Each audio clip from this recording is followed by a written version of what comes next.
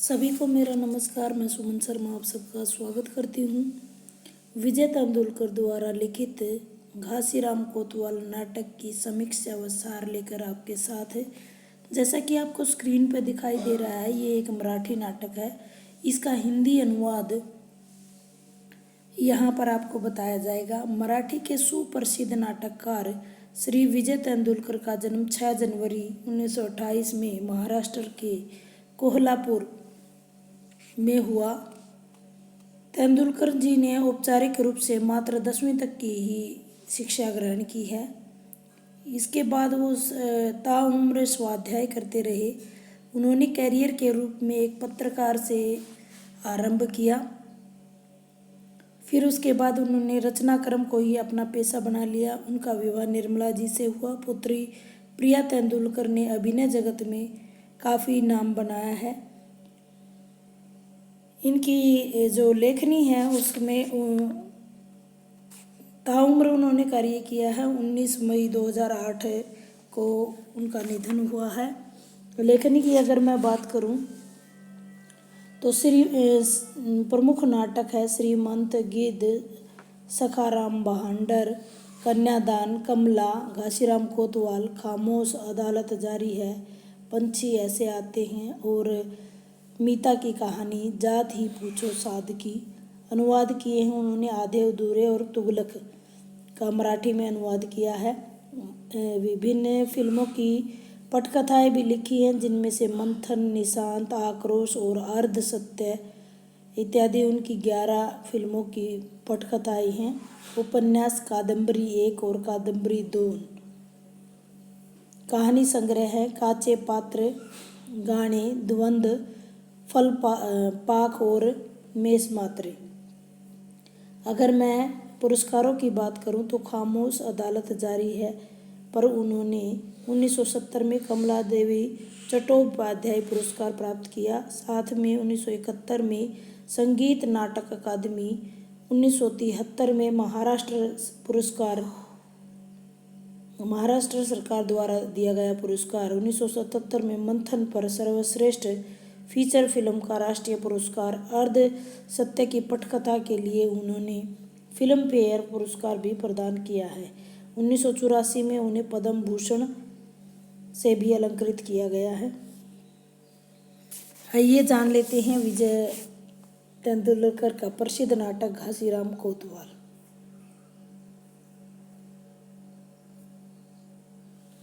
सबसे पहले आप सबको पता है कि नाटक की अगर हम समीक्षा करते हैं तो 4 मुख्य तत्वों की बात करते हैं। कथानक है, पात्र योजना, संवाद, देश काल। उपन्यासों में 6 की करते हैं और इसमें नाटक में 7 की करते हैं, क्योंकि अभिनेता का गुण जो है इसमें बढ़ जाता है और सभी तत्व यही होते हैं। सबसे पहले मैं आपको पात्र योजना के बारे में बताती हूँ ताकि आपको नाटक समझ में आए। पात्रों में मुख्य जो पात्र हैं, मुख्य पात्रों की बात करें तो घासीराम मुख्य पात्र है। कोतवाल पुलिस का मुख्य अधिकारी को बोलते हैं। गुलाबी जो कि वहाँ वैश्या का कार्य करती है। नाना फडणवीस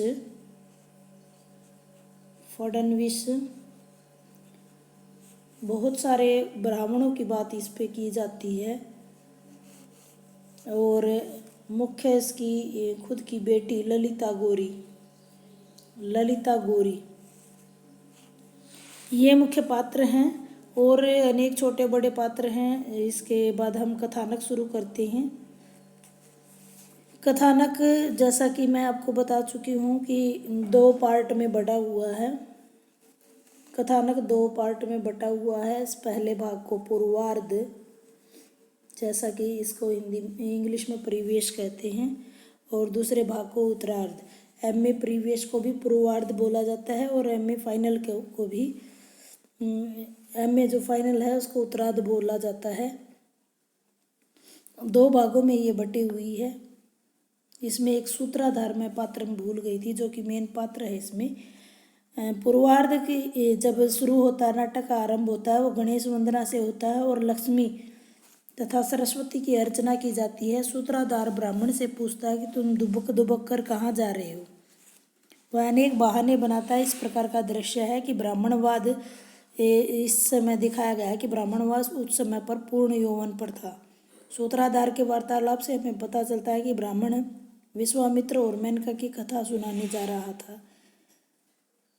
उसे पता चलता है कि 52 कड़ी में वैश्या गुलाबी का नृत्य देखने के लिए ब्राह्मणों की जो लाइन लगी है, घोड़ी वाला गाड़ी वाला सभी वहां जा रहे हैं। यह दृश्य स्पष्ट है कि तत्कालीन समाज में नैतिक दृष्टि से पतन हो चुका था। पूना नगर की ये कहानी है। पूना नगर के सभी लोग भोग वासना के दास बन चुके थे। ब्राह्मण 52 कड़ी में रासलीला करते हैं और उधर ब्राह्मण की पत्नी घर में एकांत में भोग वासना करती है। इस प्रकार से समाज के बिल्कुल गिरे होने के संकेत इस नाटक के माध्यम से दिए जाते हैं।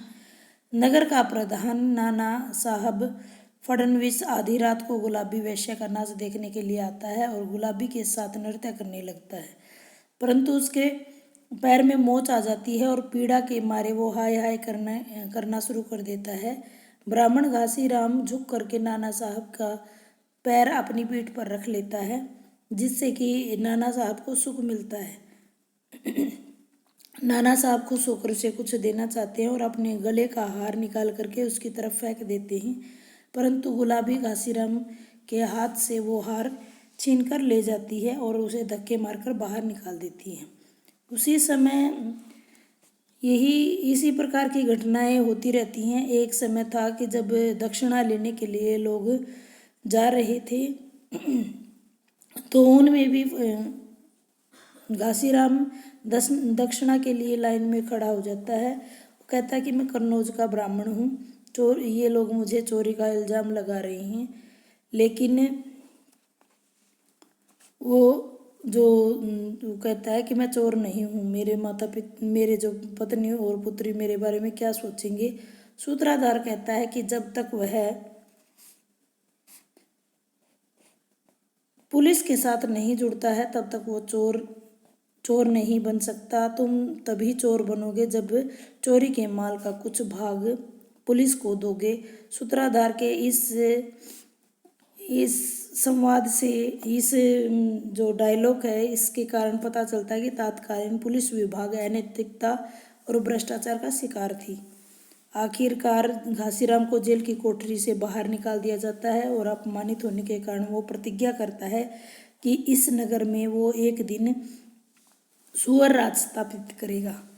पहला जो पूर्वार्ध पार्ट है उसमें घासीराम के कोतवाल बनने तक की कहानी है और दूसरे पार्ट में कोतवाल बनने के बाद उसकी जो हैवानियत या फिर अमानवीय व्यवहार लोगों के साथ जब वो करता है वो दिखाई देता है।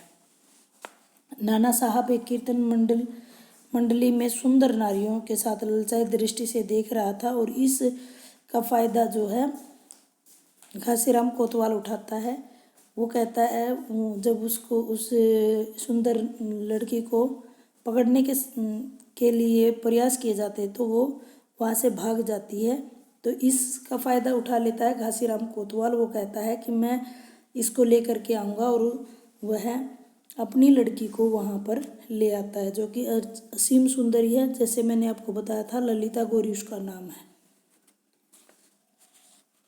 और घासीराम कोतवाल नाना को लड़की की माँ का दुख और बदनामी का डर दिखाकर शहर की कोतवाली का पद प्राप्त कर लेता है।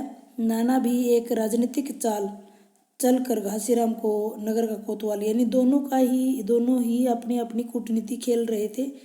वो उसको नगर का कोतवाल इसलिए बनाना चाहता है क्योंकि जनता पर कठोर शासन लागू कर सके और नाना के जो सारे दुष्कर्म हैं उसका दोषी घासीराम बन जाए। घासीराम पर जितने भी अब तक के अन्याय व अत्याचार किए हैं वो सारे के सारे उसके सिर पर मंड सके। नाना घासीराम कोतवाल की बेटी ललिता को अपनी हवस का शिकार बनाता है। इस प्रकार पूर्वार्ध जो पार्ट है वो खत्म हो जाता है। फिर उत्तरार्ध शुरू होता है। अब घासीराम पूना का कोतवाल बन चुका था। उसने कठोरतम से कठोरतम कानून लागू कर दिए थे। उसकी आज्ञा के बिना खस्सी चीरना, पेट गिराना, रंडीबाजी करना, मुर्दा जलाना, खानदानी औरत का छिनार बनना, अपनी जात छिपाना और रात 11 बजे के बाद बाहर निकलना, ये सारे अपराध की श्रेणी में आते थे। इसके लिए परमिट बनवाना जरूरी होता था। तो इस प्रकार से घासीराम के प्रयास से पूरा जो पूना शहर है उसमें कुछ समय तक भ्रष्टाचार और अनैतिकता पर अंकुश लगा। वह स्वयं रात को नगर के अपराधियों की तलाश करता था, जिससे कि पूरे नगर में भय का वातावरण बन गया था। घासीराम ने सूत्रधार को भी नहीं छोड़ा। वह जो प्रसव वेदना के लिए अपनी पीड़ित पत्नी को दाई खोजने के लिए रात से बाहर निकलता है, तो उसको भी सजा झेलनी पड़ती है। इस प्रकार से एक ब्राह्मण है जिस पर चोरी का इल्ज़ाम लगा है, वो बार बार कहता है कि इसने चोरी नहीं की है, लेकिन उसको उसके हाथों पर आग के गोले रख दिए जाते हैं। ऐसा भयंकर दृश्य, तेल लगाकर आग के गोले उस पर रखने के लिए कहता है, तो वो खुद ही जब चोरी नहीं की है तब भी इल्ज़ाम लेने के लिए वो हामी भर लेता है। और इस प्रकार से घासीराम ने ब्राह्मण के दोनों हाथों को कटवा देता है। पूरा पूना शहर के लोग जो हैं घासीराम के नाम से कांपने लगते हैं। संपूर्ण नगर में चोरी, भ्रष्टाचार, अनीति, अत्याचार इस प्रकार से समाप्त हो जाता है। घासीराम यह जानकर प्रसन्न हो जाता है कि उसके भय से पूरा पूना शहर कांपने लगता है, लेकिन थोड़े दिनों के बाद उसे अपनी बेटी के भविष्य की चिंता होने लगती है। इधर नाना साहब 12 वर्ष की एक कन्या के साथ 7वां विवाह कर लेता है। जब घासीराम अपनी बेटी के बारे में पता लगाने के लिए हवेली में देखता है, तो शयन कक्ष में नव विवाहिता 12 वर्ष की कन्या मिलती है। नाना साहब से उसकी बेटी ललिता चंद्राबाई के पास है, ऐसा उसको कह दिया जाता है। लेकिन घासीराम जब पता करता है तो उसे पता चलता है कि उसकी बेटी की हत्या हो चुकी है। लाश को जमीन में गाड़ दिया गया है। क्रोधित होकर घासीराम ने चंद्राबाई की भी हत्या कर दी। क्रोधित घासीराम नाना साहब के पास जाता है, तो नाना साहब उसको उसके अच्छे कामों की प्रशंसा करके शांत करवाता है। ललिता की हत्या के बारे में नाना साहब को ऐसा लगता है कि उसने इसके साथ बहुत ही अमानवीय अत्याचार किए हैं, लेकिन बदले में उसे पश्चाताप भी महसूस होता है कि उसने अपनी प्रतिज्ञा को पूरा करने के लिए अपनी बेटी को इसके लिए प्रयोग किया है। नगर में एक ब्राह्मण समुदाय अत्यधिक क्रोधित हो उठा है और भारी संख्या में नाना साहब की हवेली में पहुंच जाता है। एक बार क्या होता है कि बहुत सारे ब्राह्मण हैं जो कि आम तोड़ लेते हैं बगीचे से, और इसका दंड देने के लिए वो छोटी छोटी कोठरियों में ब्राह्मणों को वहाँ पर कैद कर लेता है। लेकिन थोड़ी जगह होने के कारण वहाँ ब्राह्मणों का दम घुट जाता है और एक साथ ही 22 ब्राह्मणों का निधन हो जाता है। इससे पूरे समुदाय में आक्रोश फैल जाता है और सभी उसके घर को घेर लेते हैं, उस पर पत्थरों की बौछार करते हैं। आखिरकार घासीराम बाहर निकलता है, उसे पछतावा होता है और घासीराम की मृत्यु हो जाती है। नाटक के अंत में भीड़ को कहा जाता है कि नगर से सब संकट टल चुका है। घासीराम रूपी नरासुर का वध हो चुका है। अब नगर में शांति होगी, इसलिए 3 दिन के लिए उत्सव मनाया जाए। इस प्रकार हम देखते हैं कि घासीराम कोतवाल का जो कथानक है वो सरल, सहज और बोधगम्य है। तात्कालीन पेशवाओं की भोगवृत्ति और अत्याचारों पर समुचित प्रकाश डाला है। यहाँ कथानक पेशवाकालीन सामाजिक और राजनीतिक यथार्थ को प्रस्तुत करता है। कथानक संक्षिप्त होने के साथ साथ रोचक भी है। पेशवा राजनीतिक चाल और घासीराम का कोतवाल बनना उसकी आड़ में वासना का को तृप्त करना। नाटक का परिवेश बड़ा ही रोचक, हृदयस्पर्शी और यथार्थ पर बना हुआ है। राजनीतिक, सामाजिक, आर्थिक विसंगतियों को उद्घृत करने वाला है। घासीराम का अपमानित होना, उसके द्वारा प्रतिज्ञा करना, अपनी बेटी ललिता गौरी के बदले में कोतवाली प्राप्त करना, कोतवाल बनकर अत्याचार करना, व्यभिचार पर अंकुश लगाना, मृत्यु दंड प्राप्त करना, सभी घटनाएं नाटक को रोचक बनाती हैं। आइए बात कर लेते हैं पात्र योजना की।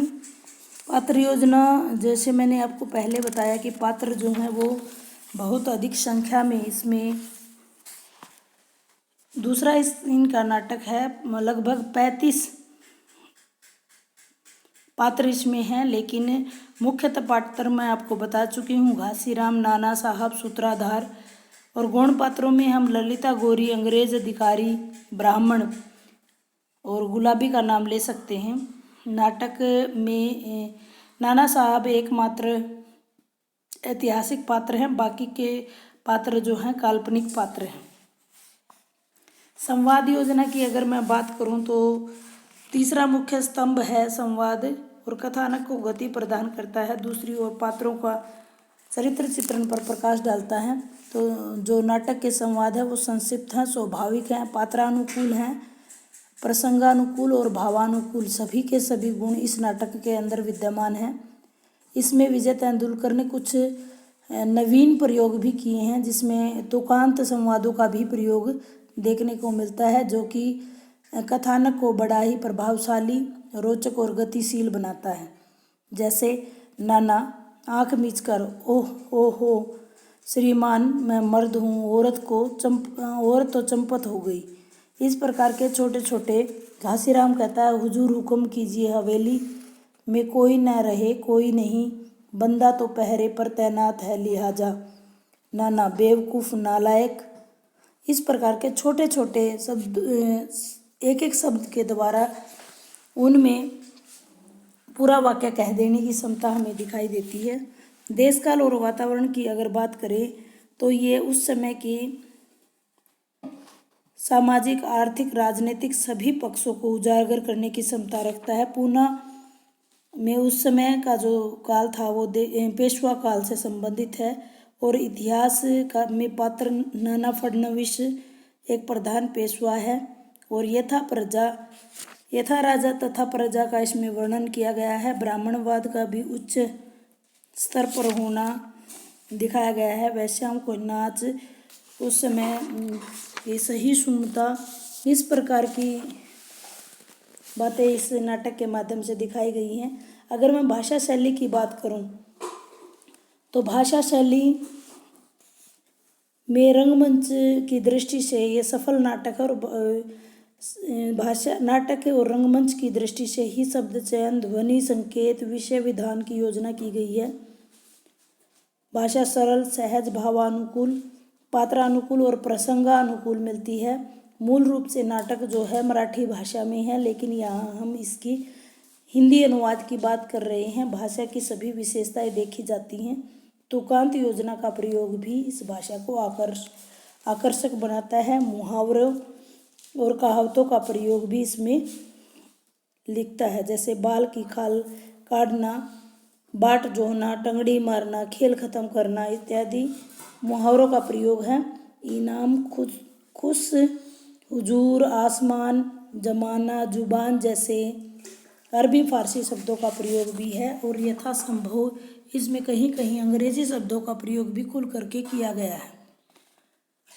उद्देश्य की बात करें तो नाटककार का जो विजय तेंदुलकर है, उसका यह नाटक जो है सउद्देश्यपूर्ण है। तत्कालीन समाज की विसंगतियां, राजनीतिक समस्याओं और पतन उन्मुख समाज का यथार्थ चित्रण है। नाटककार ने इसमें निम्न समाज की गिरते हुए स्तर को बखूबी रूप से निभाया है। नाटककार ने तत्कालीन समाज में घासीराम जैसा शिक्षित, सभ्य और स्वाभिमानी व्यक्ति अपमान का बदला कर उतारने के लिए किस प्रकार मानवता की सभी सीमाओं को पार कर सकता है। भले ही वह पूना शहर का कोतवाल बन गया हो, लेकिन बेटी ललिता को वो अपने फायदे के लिए प्रयोग करता है। नाना घासीराम कोतवाल की आड़ में अपने सभी विरोधों को नष्ट कर लेता है और स्वयं पाक साफ बन जाता है। इस प्रकार से किस प्रकार राजनीति में कूटनीति का प्रयोग किया जाता है। घासीराम कोतवाल के माध्यम से सत्ता वर्ग और जनसाधारण की यथास्थिति और नेताओं के द्वारा किए जाने वाले कारनामों को दिखाता है। रंगमंच आखिरी जो तत्व है वो रंगमंच या अभिनेता का गुण है। रंगमंच की दृष्टि से यह एक सफल नाटक है। सर्वप्रथम मराठी में इसका अभिनय हुआ था और बाद में ये अनेक भाषाओं में, बल्कि बाद में दूरदर्शन पर भी ये दिखाया गया है। आइए बात कर लेते हैं घासीराम कोतवाल की चारित्रिक विशेषताओं की। तो सबसे पहले घासीराम को एक सरल हृदय व्यक्ति बताया गया है। जैसा कि आपको नाटक जब शुरू होता है तो उसकी स्थिति बिल्कुल एक सरल हृदय व्यक्ति के समान है। स्वाभिमानी है, क्योंकि जब उस पर चोरी का इल्ज़ाम लगता है तो वो स्वाभिमान के साथ बताता है कि वो उसने इस प्रकार का कोई भी कार्य नहीं किया है। घासीराम जितना सरल हृदय है उतना ही स्वाभिमानी भी दिखाई देता है।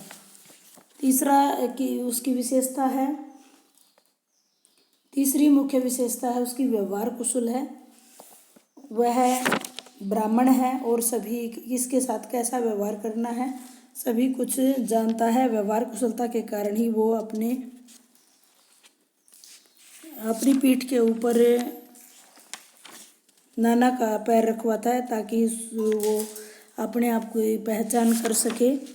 पहचान करवा सके नाना साहब के आगे। प्रतिशोध की भावना से ग्रस्त है वो। सरल हृदय के गुण हैं, स्वाभिमानी भी है, लेकिन कहीं न कहीं जब उसकी भावना को ठेस पहुंचती है तो उसका बदला लेने के लिए वो कोतवाल बनने की ठान लेता है और अपनी बेटी ललिता गौरी को एक साधन के रूप में प्रयोग करता है। प्रतिशोध की भावना जो कि व्यक्ति को विवेकहीन बना देती है।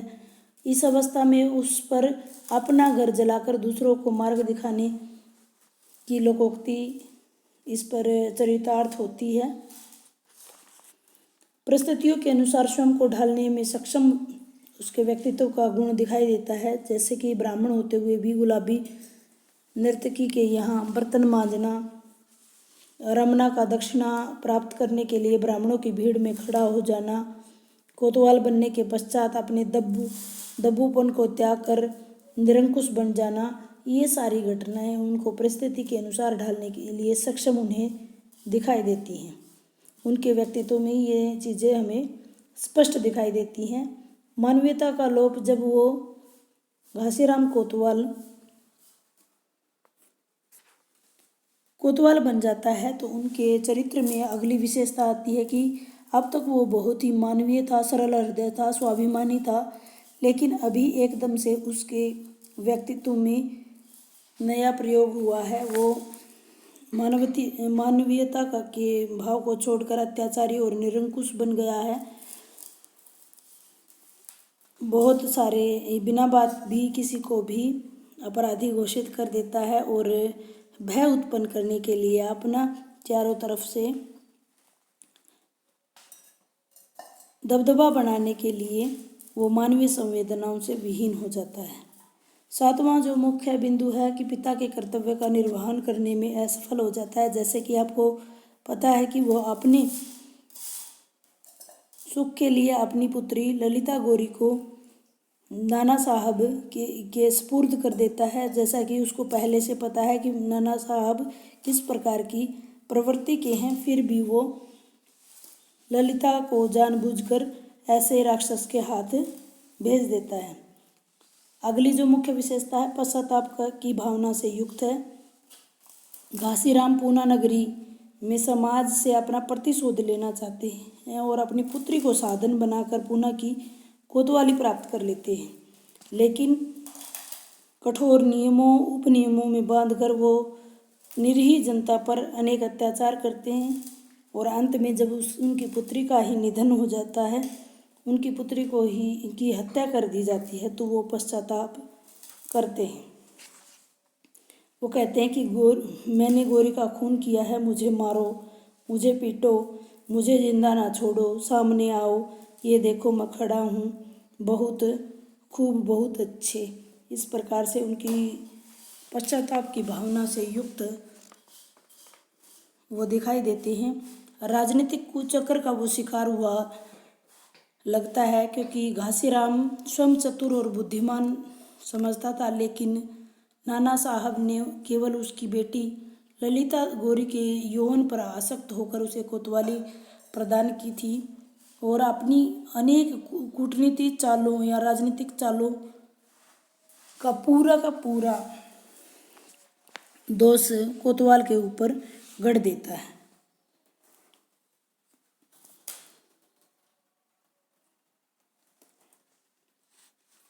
इस प्रकार नाटक घासीराम कोतवाल नाटक के माध्यम से लोकतांत्रिक व्यवस्थाओं में फैली हुई अनीति, अत्याचार और कूटनीति का यहाँ प्रदर्शन किया जाता है।